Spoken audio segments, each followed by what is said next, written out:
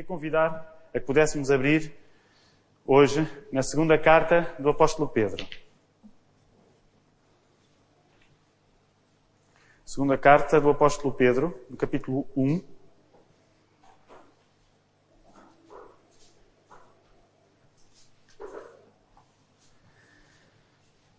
E gostaria que pudéssemos ler do versículo 5 ao versículo 9. Todos aqueles que não tenham Bíblia e precisem, por favor, não se acanhem. Nós temos Bíblias lá atrás, queremos distribuir. O Ricardo tem algumas, ele está a distribuir. Portanto, alguém, se quiser, basta levantar a mão e o Ricardo faz chegar.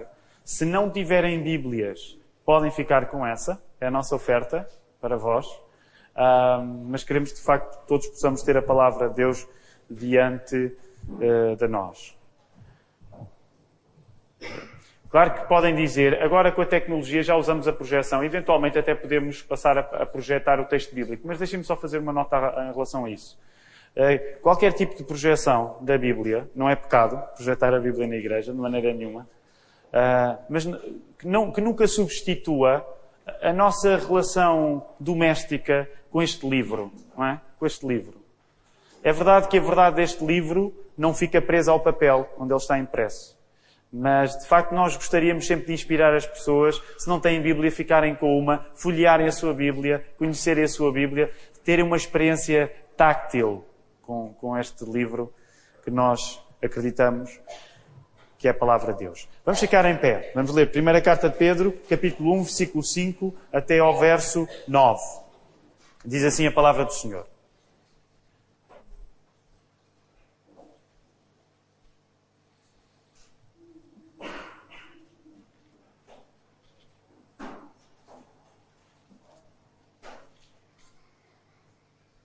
Primeira carta de Pedro. Não, desculpem. Eu estou a induzir os irmãos em erro. Eu disse primeira ou segunda? Exatamente. Então dei-me só um segundo, estava no sítio errado. Exatamente. Vou começar, versículo 5.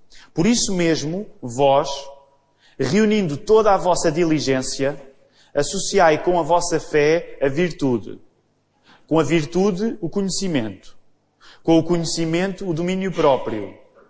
Com o domínio próprio, a perseverança. Com a perseverança, a piedade. Com a piedade, a fraternidade. Com a fraternidade, o amor.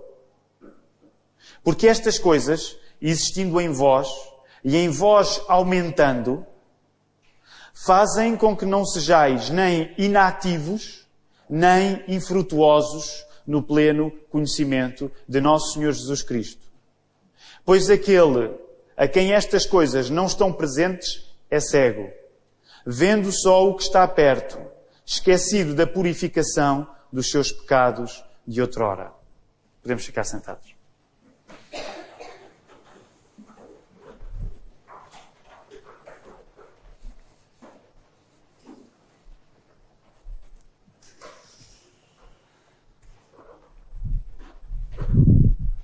Hoje, como lembrarão, é o último domingo do mês. Nós temos por hábito, ao último domingo do mês, dar a oportunidade de um período a seguir ao culto de perguntas e respostas. E eu quero honrar esse hábito recente na nossa comunidade. E por isso, temos algum trabalho pela frente, mas eu gostaria que todos já ficassem com esta ideia. Se há algum tipo de questão que queiram colocar, no final temos um período de 15 minutos para o podermos fazer. Quero aproveitar, antes de prosseguirmos no estudo da nossa palavra, mas para fazer uma nota que se impõe na história da nossa comunidade, durante este fim de semana. Ontem, quando estava o corpo físico do nosso irmão José Ferreira neste lugar, conversávamos no final do culto, José Carvalho, eu vou passar a olhar sempre para o irmão Sérgio. Os irmãos hoje eu vou pregar assim, não é? Quando estava o corpo do nosso irmão José Carvalho aqui, e ontem tivemos um culto, e eu quero, sobretudo às pessoas que fizeram um esforço para passar por cá e dar um voto de consolo à família, quero agradecer por esse esforço. Tínhamos no final uma conversa estava eu, a irmã Irene, o irmão João Paulo e o irmão Sérgio, creio, no final do culto. Isto não faz parte do sermão, mas é uma coisa que eu gostaria de partilhar com a igreja. E a irmã Irene dizia-nos, num domingo temos uma dedicação de uma criança, menos de uma semana depois temos um funeral. E isto é a vida normal de uma igreja. Eu gostava... todas as pessoas podem dizer, pois, sabemos.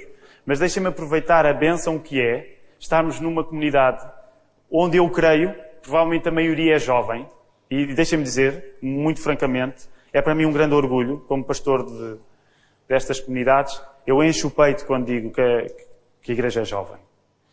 Mas também reconheço que, sendo a maior parte de nós jovens, nós tendemos a esquecer de uma coisa que sabemos que existe, mas que um dia vamos morrer. E a maior parte das vezes isto acaba por estar longe. E eu quero lembrar-vos hoje, um dia nós vamos morrer. E nós encararmos com o mesmo tipo de naturalidade, não estou a dizer com a mesma emoção, mas encararmos com o mesmo tipo de naturalidade a apresentação de uma criança no domingo, como a despedida do corpo físico de alguém no sábado seguinte, faz parte da nossa vida enquanto igreja. E eu, como pastor, tenho de vos ir lembrando, mesmo sendo jovens, a qualquer altura, e sei que me repito, tenho-me ouvido isto de mim muitas vezes, a qualquer altura Deus nos pode chamar. E se nos chama, não é uma surpresa, faz parte da nossa vida aqui. Só fazer uma nota última acerca disto. Até porque sinto-me na obrigação, porque a grande maioria das pessoas presentes agora não conheceu o nosso irmão José Carvalho. Eu próprio não fui a tempo de o conhecer. A irmã Irene estava a dizer uma coisa que eu achei graça. Ela dizia, estamos a brincar, mas foi as melhores brincadeiras que eu tive. No final do culto, irmã Irene, perdoe eu estar a partilhar isto, mas acho que é das melhores conversas que nós podemos ter. No final do culto, a irmã Irene ralhava com o irmão João Paulo. Porquê? Porque estava a dizer-lhe os hinos que queria no seu funeral. E estava a dizer que queria um dos hinos que tinha sido cantado, mas queria aquilo mais animado, que não achava que tinha sido corretamente tocado. Meus irmãos, este é o tipo de conversas que nós temos na nossa igreja. Ok? Discutimos os hinos que queremos no nosso funeral e a maneira como eles devem ser tocados. Não é, e deixem-me só, eu queria fazer uma nota acerca disto. Não é uma conversa mórbida, meus irmãos. Nós ríamos-nos. Claro que brincávamos. Mas deixem-me dizer, e não estou a dizer por frase de efeito, é das conversas que eu acho que para mim mais me anima. A maneira como falávamos de eu quero que se cante aquilo, e a irmã Irene deu-me mais recados. Disse que eu tinha de explicar a história do Castelo Forte e falar de Martinho Lutero. Eu disse, vamos a isso, irmã Irene, já está assente. Agora, não façam da nossa juventude, aqueles que são jovens ainda, não façam da nossa juventude uma surpresa com a morte.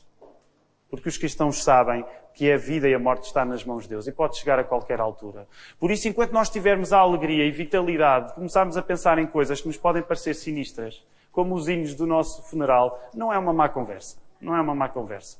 Obrigado, irmã Irene, irmão João Paulo e irmão Sérgio, porque foi daquelas coisas que eu pensei. Eu sinto-me bem numa conversa destas. E também vou começar a tomar nota dos hinos que quero que os irmãos cantem, porque só Deus sabe quando Ele nos vai chamar.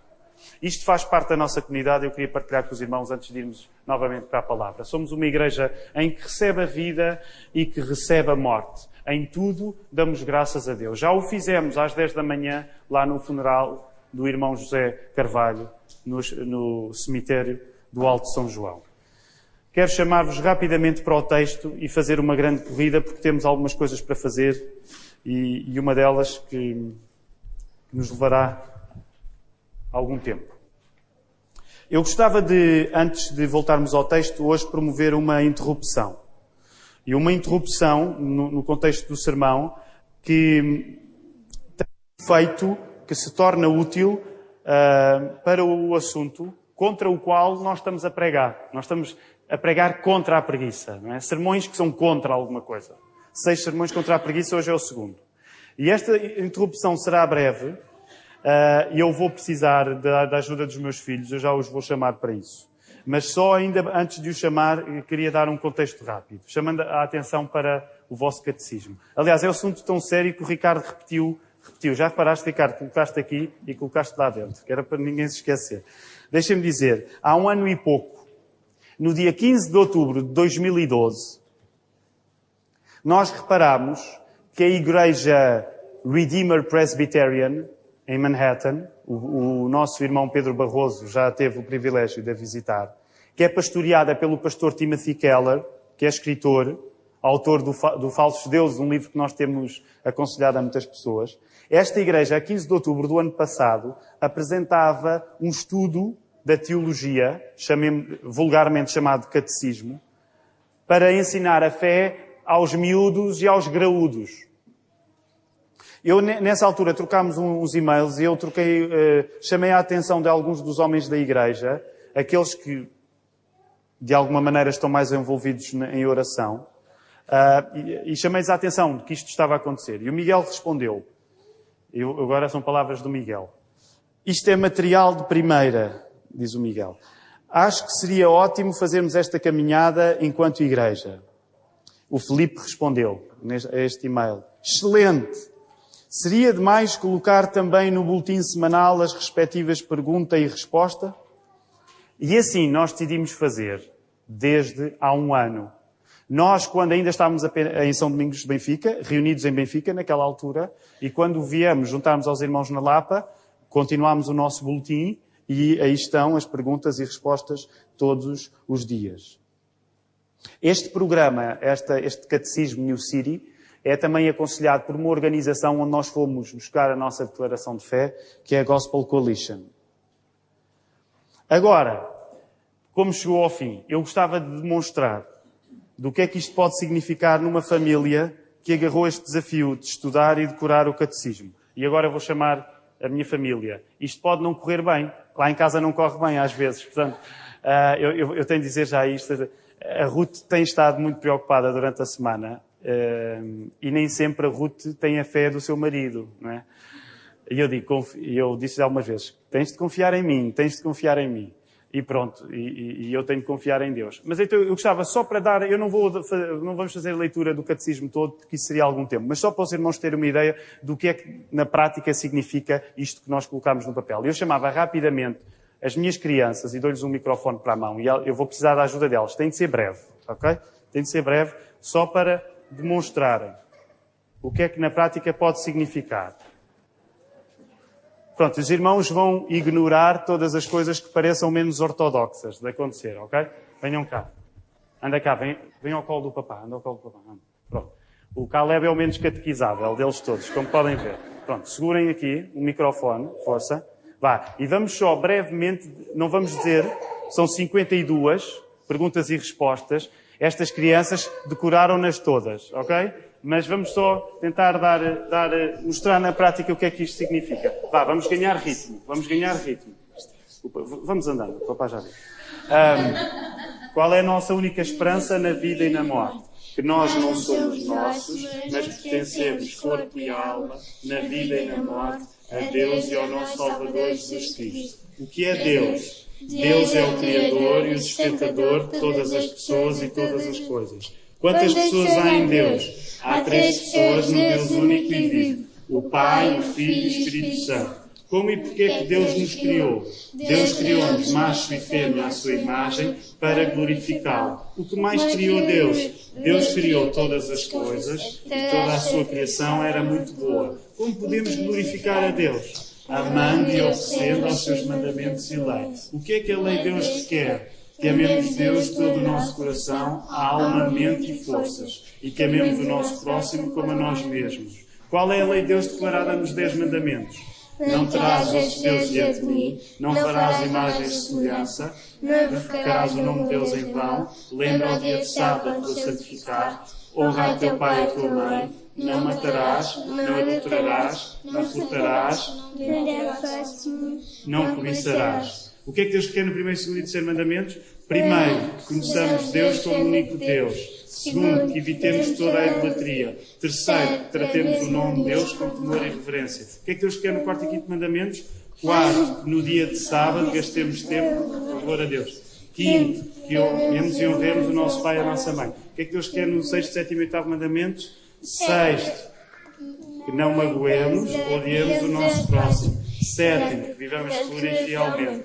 Oitavo, não comemos ambição aquilo que pertence a outra pessoa. O que é que Deus quer no nono e décimo mandamento? Nono, imitamos ou enganemos. Décimo, que sejamos contentes, não invejando ninguém. Bem, vamos dar só um salto para as últimas. Saltamos da pergunta 12, vamos saltar para a pergunta 40. Depois os irmãos, se tiverem dúvidas, vão ter com eles e fazem. Mas têm de acreditar em nós. Que é a pergunta 40, o Padre se lembra.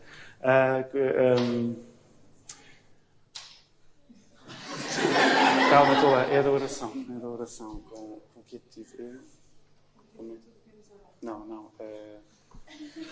Sim, o que devemos orar? O que devemos orar? A palavra de Deus toda ensina-nos no que devemos orar.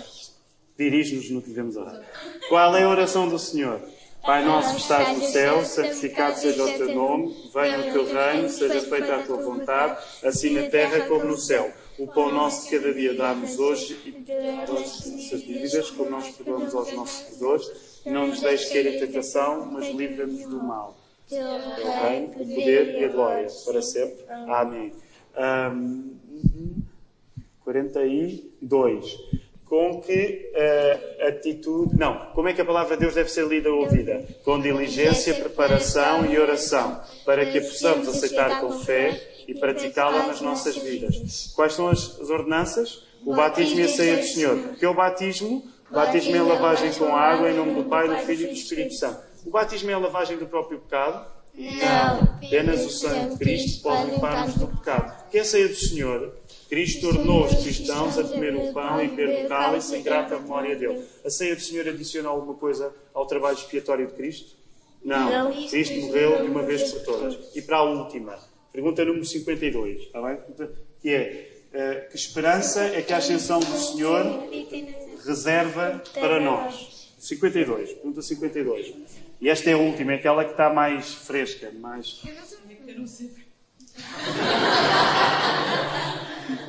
Eu hoje que viveremos com e desfrutaremos de Deus para sempre, no novo céu e na nova terra, para sempre livres do pecado, numa criação restaurada, renovada. Podem sentar-se. Obrigado.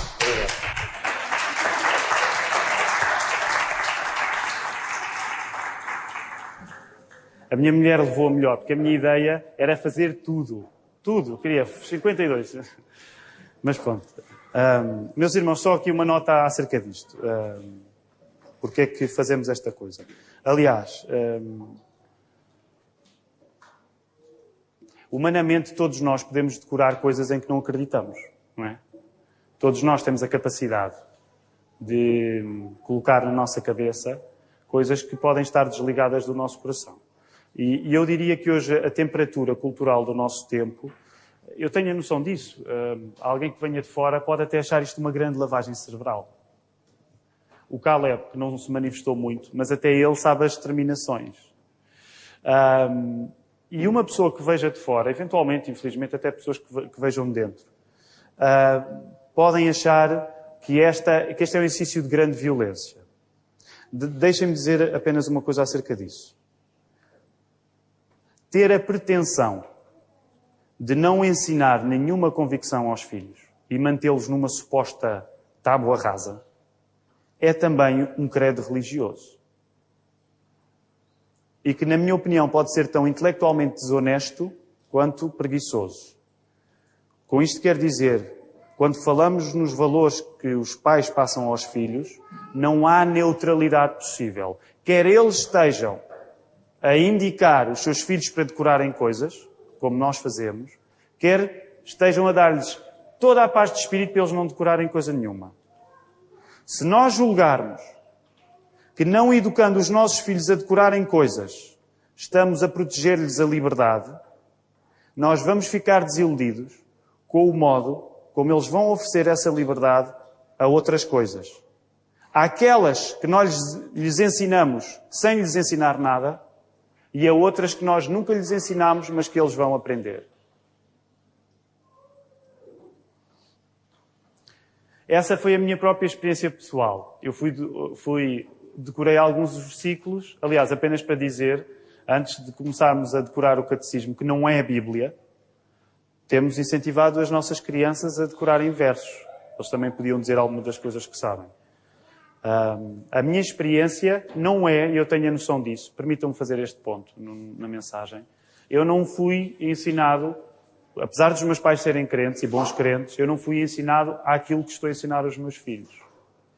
E tenho a perfeita noção de que eles passarão por alturas na vida deles em que acharão penoso a tarefa de decorarem coisas. Aliás, eu nem lhes vou perguntar se lhes apetece dizer isto todos os dias.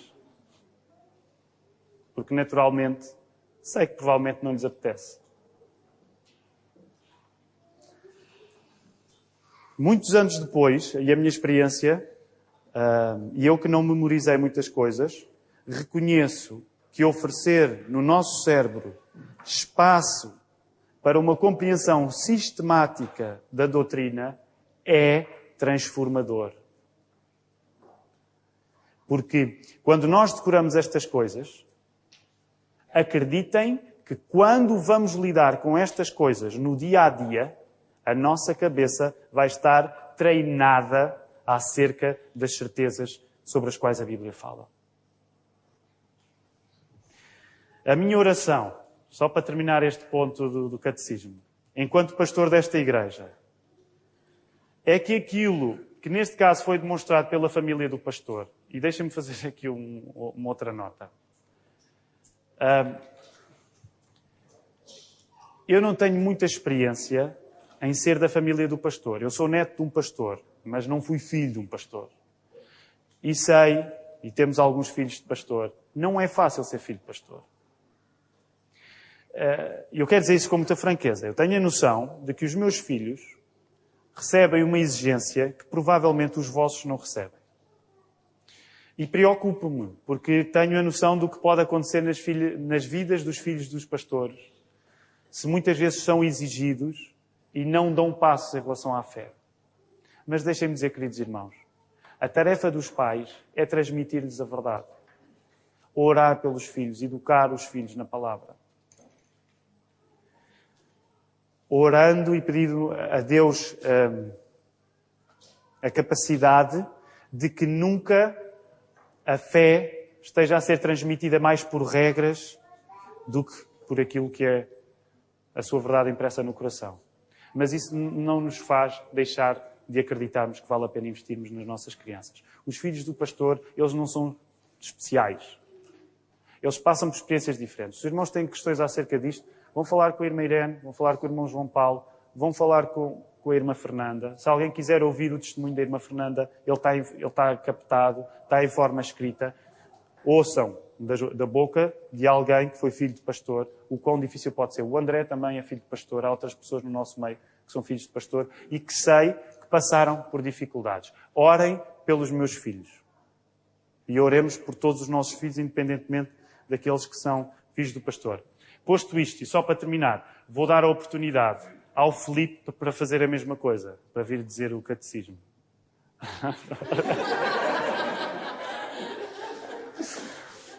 Eu queria tanto o Miguel, mas o Miguel hoje foi assistir à dedicação de um sobrinho dele na primeira igreja e não está cá. Eu queria tanto entalar o Miguel nisto. O Miguel e o Filipe, todos lampeiros há um ano, vamos fazer isto, vamos. E eu assim, já estou a ver quem é que vai fazer, não é? É o pastor que vai fazer com os pobres das crianças deles. Mas pronto, certamente o Filipe decorou também e ele no final vai poder partilhar convosco quem quiser. Vamos então rapidamente à palavra. Obrigado por este tempo. Eu sei que foi uma interrupção, mas que queríamos fazê-la.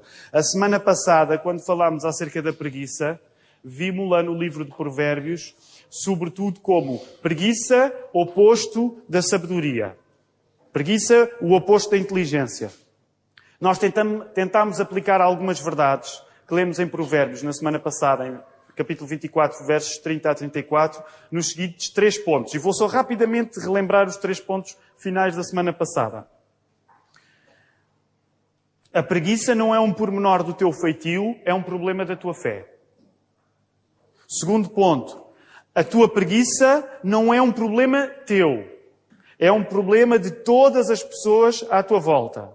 E terceiro ponto, Só podes conviver bem com a tua preguiça se conviveres mal com Cristo. Foi aquilo que nós resumimos nos pontos finais da mensagem da semana passada. Ao observarmos estas coisas, parece-nos, no livro dos Provérbios, uma grande falta de inteligência, uma grande falta de sensatez, nós sermos preguiçosos. Porque, resumidamente, essa preguiça suspende a possibilidade de nós mostrarmos que estamos a aprender alguma coisa com a nossa fé.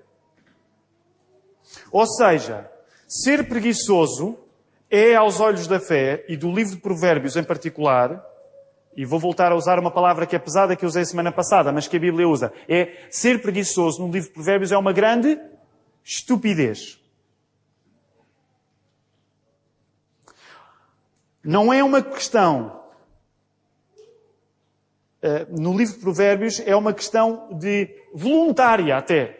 A pessoa é estúpida, é tola por ser preguiçosa. É assim, desta maneira um pouco agreste, que o livro de Provérbios nos apresenta o problema. Hoje, ao irmos até à segunda carta de Pedro, que lemos, nós vamos ver como a preguiça é apresentada de uma maneira diferente. Completamente compatível, mas a luz está colocada noutro aspecto. A preguiça é colocada, sobretudo, como ignorância, falta de conhecimento, desconhecimento. Portanto, no texto que nós lemos hoje, a preguiça não aparece tanto como uma tolice deliberada. A preguiça não aparece tanto como sou tolo e assumo. Mas aparece mais como alguma coisa que não se faz porque não se sabe. A tónica hoje não passa tanto por aquilo que incompreensivelmente nós não fazemos, que era a tónica da semana passada, mas passa mais por aquilo que não fazemos porque não compreendemos. Pode parecer que o tom hoje é mais leve. Mas, neste plano de estudarmos o pecado da preguiça em seis semanas, com textos da Bíblia diferentes, nós apercebemos que a Bíblia nos permite olhar para o problema de ângulos diferentes. Portanto, não avaliem tanto isto a nível de o discurso hoje foi mais duro, o discurso hoje foi mais leve, mas vamos mais pedir ao Espírito Santo que Ele possa conduzir a nossa reflexão na palavra. Nos 5 versos que nós lemos hoje, podemos encontrar uma lógica que eu resumiria assim. Ao conhecerem Cristo, os cristãos conhecem também que está à sua disposição o progresso da sua santificação. Vou voltar a repetir porque esta ideia é chave hoje. Ao conhecerem Cristo, os cristãos conhecem também que eles têm um caminho aberto à sua frente de santificação. E devemos fazer uma paragem breve para explicar o que é a santificação. A santificação é a pergunta no Catecismo, é a pergunta 32. Não chegámos até lá. O Catecismo coloca o que é a justificação. Estou a falar em catecismo, estamos a falar nisto. É a Bíblia. Okay? A Bíblia explica que a justificação é a nossa justiça declarada diante de Deus e a santificação é, a partir da justificação, a nossa justiça gradual e crescente. Okay? Deixa-me só tentar explicar brevemente isto. E não resisto a dizer isto. Ao contrário de alguns sítios no movimento evangélico que às vezes podem achar que estes termos, santificação, justificação, isto não quer dizer nada. Meus irmãos, no dia em que as igrejas pegarem nestas palavras e dizer isto não significa nada, aquelas igrejas não têm nada para significar. E deixem-me explicar de uma maneira breve o que é que justificação e santificação significam. A justificação e a santificação são dois momentos da nossa salvação, da salvação que Cristo tem para nós. A justificação é o facto de nós sermos salvos por Cristo. A justificação, é o facto de, ao sermos salvos por Cristo, termos em nós a justiça dele mesmo. A justiça de Cristo, o facto de Jesus ser justo, é imputado em nós e é isso que nos permite sermos declarados justos diante de um Deus que é justo. O que é que nós acreditamos? No dia do juízo final, nós, na presença de Deus, quando Ele olha para nós, Ele não vê a nossa justiça.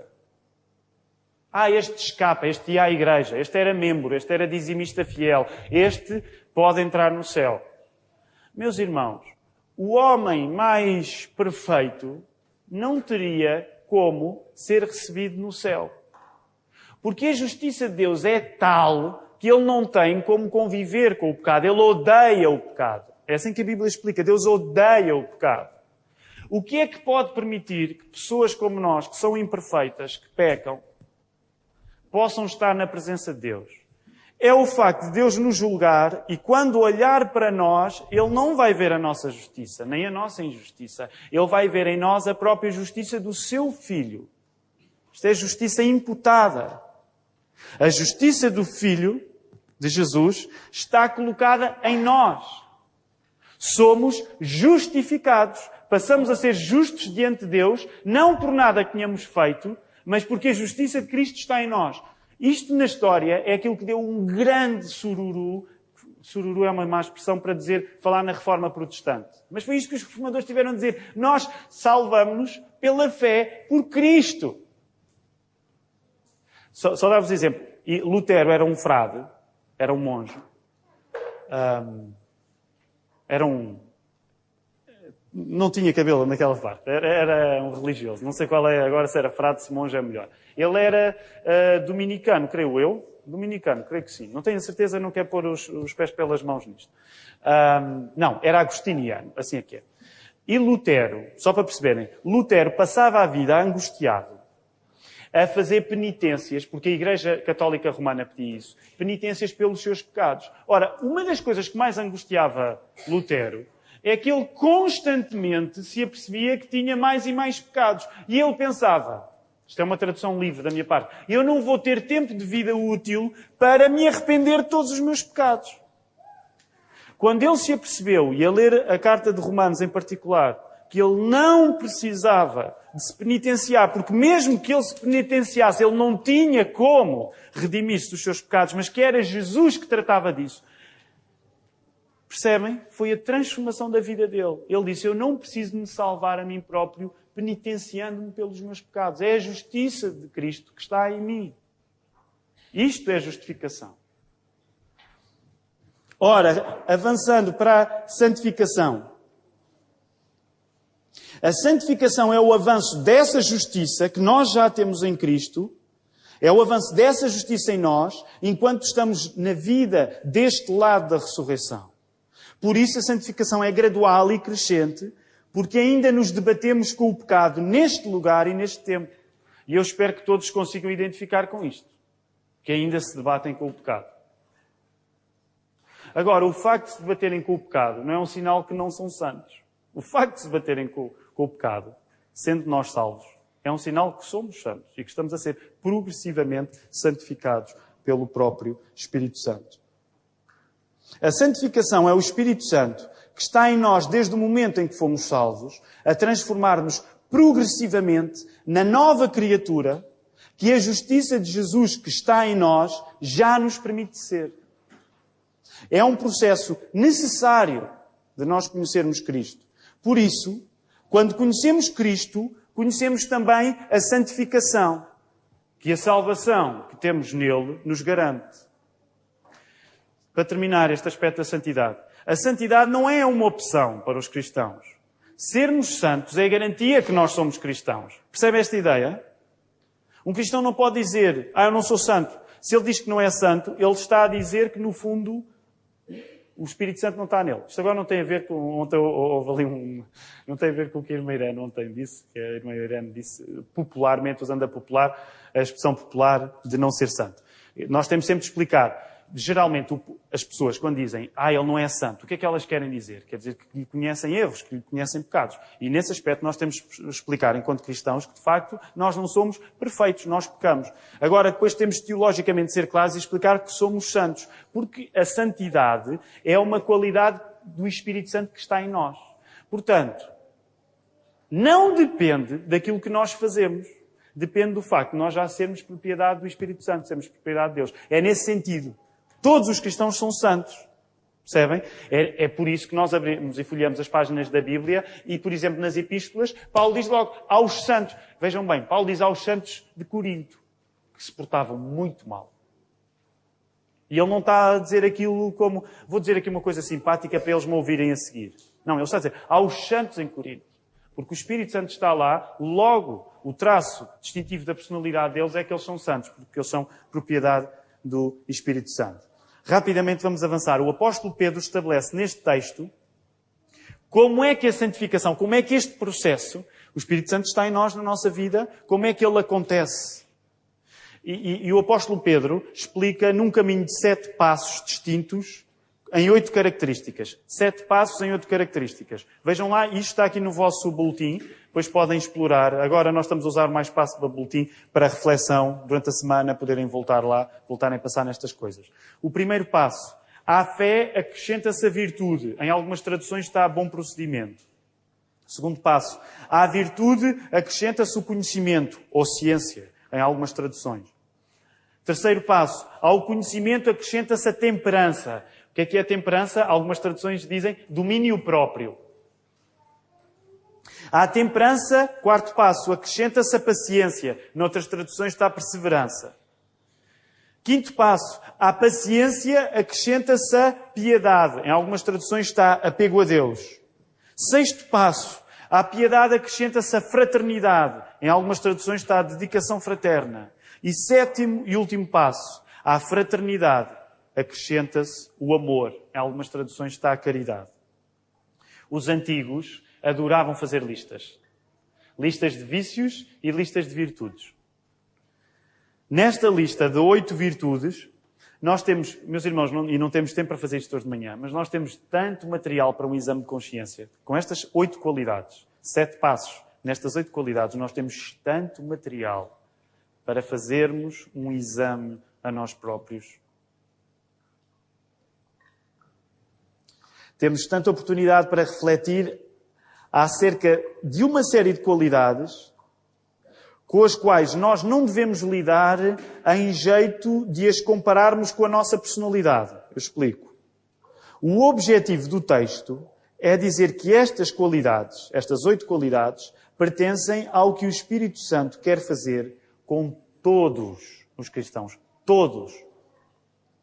E vou dizê-las uma última vez, apenas para ficar na nossa memória. Fé, virtude, conhecimento, temperança, paciência, piedade, fraternidade e amor. Resumamos mais uma vez o espírito deste texto. Há 2 possibilidades para os cristãos. Neste texto, Pedro dá 2 possibilidades. Ou desenvolvemos estas qualidades que estão à nossa disposição, ou ignoramos que temos qualidade para as desenvolver. 2 hipóteses naquilo que Pedro está a dizer. Ou vocês desenvolvem estas qualidades, ou ignoram que têm a qualidade para as desenvolver. Ou temos estas coisas, como diz o versículo 8, ou ficamos, como dizem na tradução, noutra tradução, ociosos e estéreis no conhecimento de nosso Senhor Jesus Cristo. Tal como vimos na semana passada, em que nos apercebemos que para a Bíblia não é possível ser sábio em teoria. Falámos nisso a semana passada. Para a Bíblia não é possível ser sábio em teoria. Para a Bíblia ser sábio era saber coisas e ser. Era saber e ser. Não havia a possibilidade de alguém é muito sábio, mas não é muito bom a aplicar aquilo que sabe. Uma pessoa com estas características na Bíblia nunca seria chamada de sábio. Imaginem um académico, uma pessoa que sabe muito, que fala bem. Se ela não vivesse de acordo com as suas palavras, a Bíblia nunca diria que ela era sábia. Nem sequer diria, é um sábio, mas está ainda com alguns problemas em aplicar aquilo em que crê. Não. Na Bíblia, a palavra sábio quer sempre um encontro daquilo que se sabe com aquilo que se é. Ok? Os filósofos gregos olhavam, por exemplo, para o conhecimento como uma chave para mudar o comportamento. A pessoa podia mudar de comportamento quando adquiria conhecimento. Aliás, não é à toa que isto vai se desenvolver depois num movimento que chateou muito a Igreja, que é o... Lembram-se? Falámos nisso em Colossenses. O conhecimento como a chave da transformação. O gnosticismo. Ainda hoje, assim, em algumas ruas de Lisboa, são assim às vezes umas palestras, umas capas geralmente são azuis, azuladas, assim, umas pessoas com um ar esgazeado, o conhecimento de alguma coisa. Atenção, não é só nessas palestras estranhas. Aliás, eu falava, e deixem-me só fazer esta nota, na quinta-feira falava acerca disso, com pessoas formadas em psicologia, e estávamos a falar acerca de psicologia, de maneira que é possível aplicar psicologia, não é? Qual é o relacionamento do cristão? E uma das coisas que eu falava com temos 3, pelo menos que eu saiba, temos 3 psicólogas na nossa comunidade, é que há uma certa tendência que é reconhecível na psicologia, é uma coisa muito herdada do Freud e do Jung, mas uma coisa um bocado gnóstica, que é a ideia de que, a partir do momento em que eu percebo uma coisa, tenho a capacidade de resolver esse problema. Ora, a raiz disto é gnóstica. O cristianismo não diz isto. O cristianismo não diz que nós resolvemos coisas por compreendê-las. O cristianismo diz que as coisas são possíveis de resolver. Porquê? O que é que resolve as coisas? O que é que os irmãos diriam? Estejam à vontade, não está no catecismo. Não há. O que é que os irmãos diriam? Nós, os cristãos, resolvem alguma coisa porque compreenderam? Então como é que eles resolvem? Pela fé. Pela fé, nesse caso, pela revelação. A revelação tem um papel, aliás, há uma doutrina que se fala pouco, que é a iluminação do Espírito Santo. O Espírito Santo ilumina, mas a resolução não está naquilo que nós fazemos a partir da iluminação, mas na própria graça de Deus a agir nessa circunstância. É um bocado diferente. Atenção, com isto, só por causa deste assunto da psicologia, é preciso topar as narrativas diferentes, porque há narrativas que são diferentes, ok? Nenhum cristão resolve um assunto porque alguém lhe diz, olha, o teu problema é este. A Bíblia não fala nisto. Fala na graça de Deus. É uma coisa diferente. Com isto, e que só para encerrar este assunto, que fique valorizado o papel do conhecimento, porque a Bíblia... Portanto, muitas das coisas que nós nos apercebemos e que a psicologia até eventualmente pode contribuir, e este é um assunto que eu não domino, portanto não quero falar com muita certeza acerca disto, mas é que de facto acabou por valorizar o papel da compreensão. E há lugar para o papel da compreensão. Os irmãos passam 40 minutos a ouvir-me a falar. Se não houvesse lugar para a compreensão, nós não gastávamos tempo a ler a Bíblia. Ora, rapidamente. Os gregos achavam que o comportamento se mudava através do conhecimento. Pedro entende também o conhecimento, e ele fala aí no texto, na medida que que o relacionamento depende de uma relação pessoal com Deus. E é essa relação com Deus que transforma a realidade. É o próprio Deus, é a própria graça de Deus que tem o poder de transformar. Portanto, quando Pedro fala de conhecimento, ele não está a falar de conhecimento da mesma maneira que os gregos falavam. Soubeste, percebeste, ultrapassaste. Não era isto. Era um conhecimento absolutamente ligado ao relacionamento com Deus. E este conhecimento, Pedro fala e descreve-o de uma maneira. É conhecimento do próprio nosso Senhor Jesus Cristo. O tipo de conhecimento que Pedro está a querer falar é o conhecimento do Senhor Jesus Cristo. Não é teoria, é prática. Deixa-me só terminar, eu sei que mas só para explicar. Esta é a razão pela qual um cristão pode perfeitamente viver com alguns problemas graves sobre os quais nunca vai entender. Nunca vai entender. Nós estudámos 3 meses Jó e percebemos que Jó nunca entendeu a razão do seu sofrimento. Percebem a diferença que é? Aliás, eu acho que os irmãos sentirão isto que eu estou a querer dizer. Alguns dos nossos maiores problemas, nós não temos uma resposta última para eles. Percebem o que eu estou a querer dizer? Alguns dos maiores nossos sofrimentos, nós não conseguimos descortinar uma resposta completamente perfeita. Nós vivemos precisamente em fé, sabendo que Deus nos dá a graça para atravessar esses problemas, mesmo que nós não tenhamos a compreensão completa daquilo que estamos a viver. Isto, sim, é um modelo de graça. Não é um modelo apenas de conhecimento. Percebem a ideia? Ora, o ponto que está aqui a ser estabelecido é a preguiça torna-se uma pura ignorância acerca de quem Jesus é. Tentar explicar rapidamente o versículo 9. Coloquem, por favor, os vossos olhos no versículo 9. O versículo 9 faz-nos olhar para trás e faz-nos olhar para a frente. Quem não percebe a lição dos versos anteriores é cego e não vê ao longe, havendo-se esquecido da purificação dos seus antigos pecados. Diz algumas das traduções. Vale a pena ler na tradução mais nova, aquela em português corrente que nós oferecemos nas nossas Bíblias.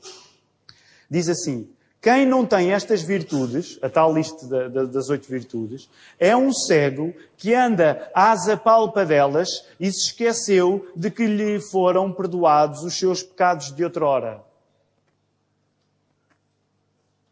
E quero só citar o comentário bíblico Vida Nova, que tem sido muito útil para mim. As pessoas que não olham para o espelho retrovisor da sua vida, reconhecendo a estrada anterior de pecado do qual foram perdoadas, estão simultaneamente cegas para, no para-brisas, assistir às gloriosas possibilidades de desenvolvimento que existem em Cristo. Uma frase longa eu vou repetir. E ela cita uma ideia que há uns tempos o João Parreira tinha partilhado numa reunião de oração.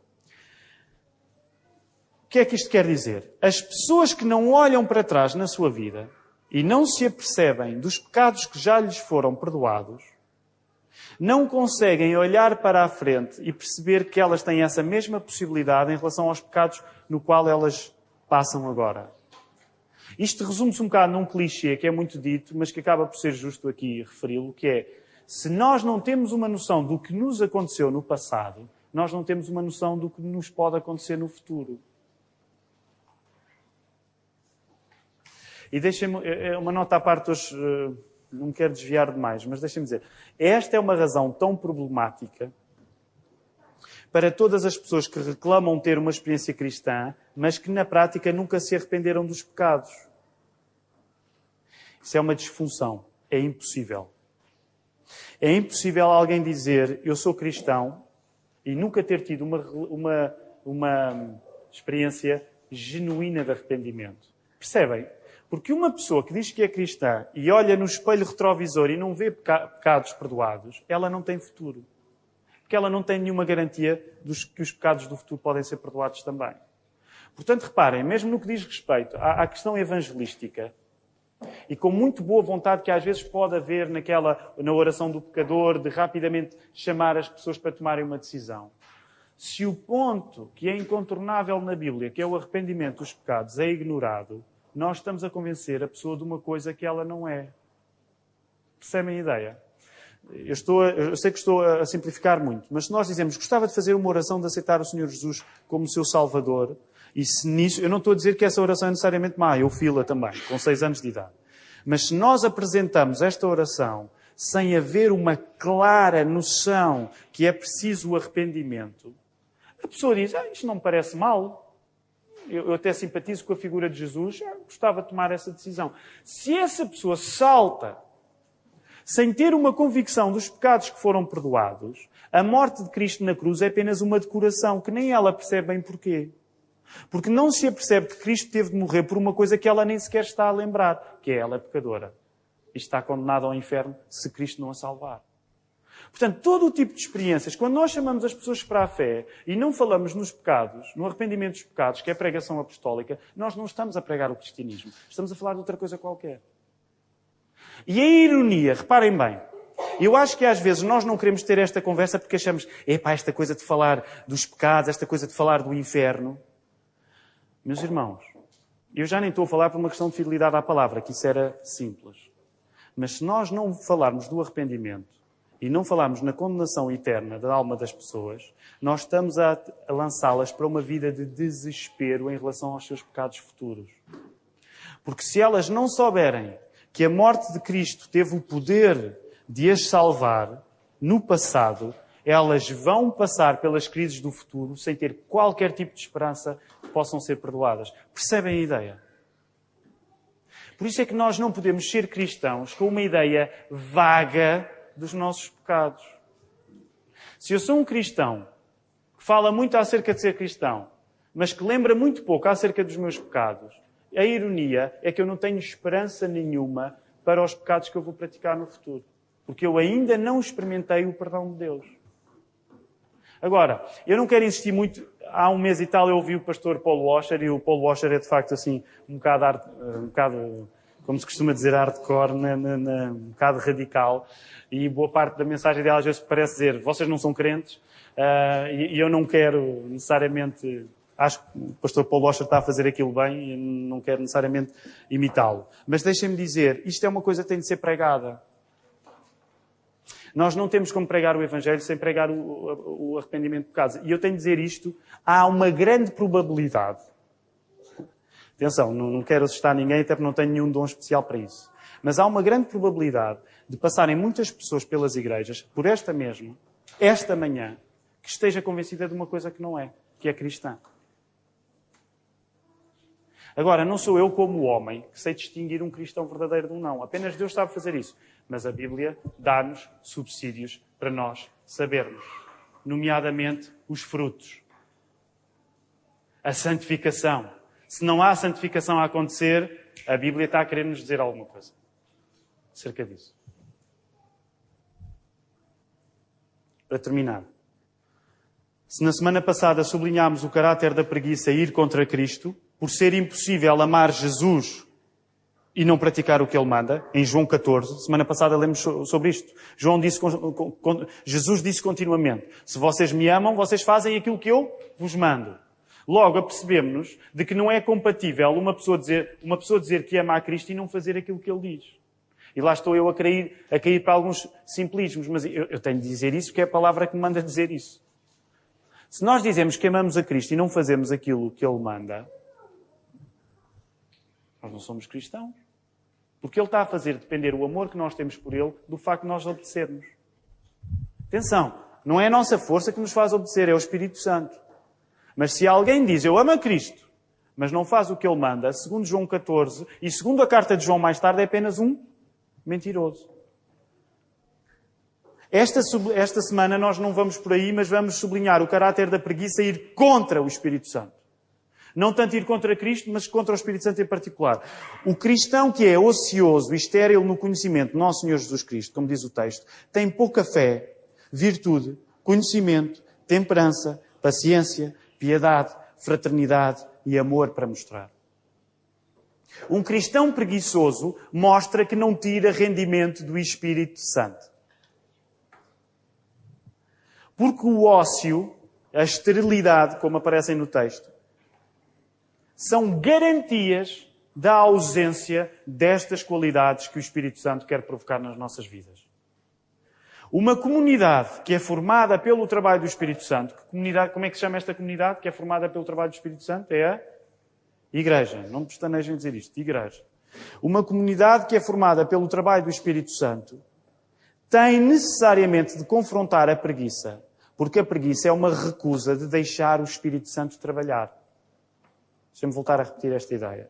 Uma comunidade que é formada pelo trabalho do Espírito Santo tem de confrontar a preguiça, porque a preguiça é uma recusa de deixar o Espírito Santo trabalhar.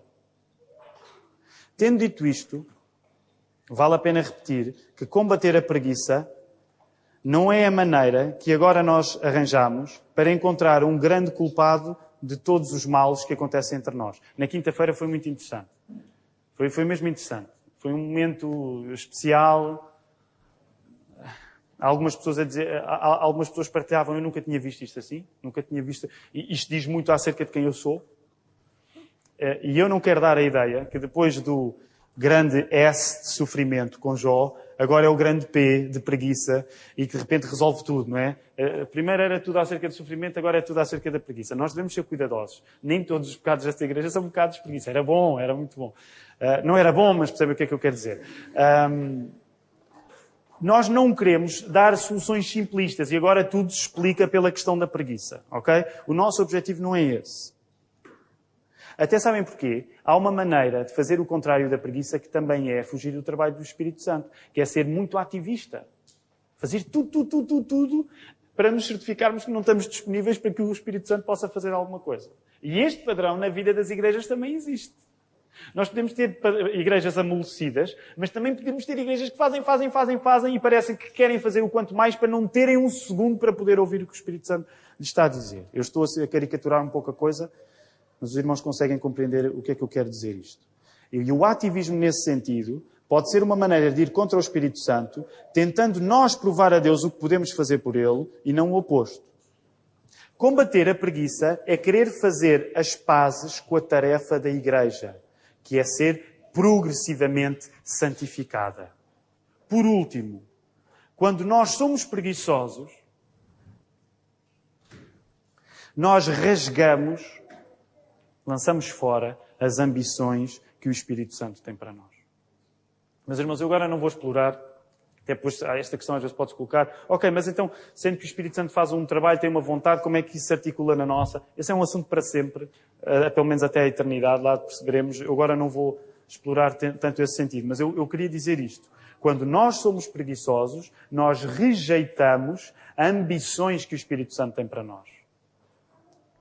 Nós, quando somos preguiçosos, e deixem-me dizer isto com convicção, quando nós somos preguiçosos, nós tornamos a Igreja escrava da nossa velha personalidade, em vez de a servirmos com a nova criatura que Deus nos oferece. Quando nós somos preguiçosos, nós impomos a nossa velha natureza à comunidade que devíamos servir com a nova criatura. A Eunice, na quinta-feira passada, sintetizou numa frase muito curta aquilo com o qual eu gostaria de terminar. A Eunice dizia, e acho que posso dizer, a Eunice estava com um discurso muito franco, foi a melhor reunião de sempre para o Tiago, para o marido dela. Eu explico, posso dizer isto? Agora não. A Eunice confessava pecados e o Tiago ria. A Eunice confessava pecados e o Tiago ria. Estão a ver o que estão a perder à quinta-feira. Maridos e mulheres, venham pela mão e tal.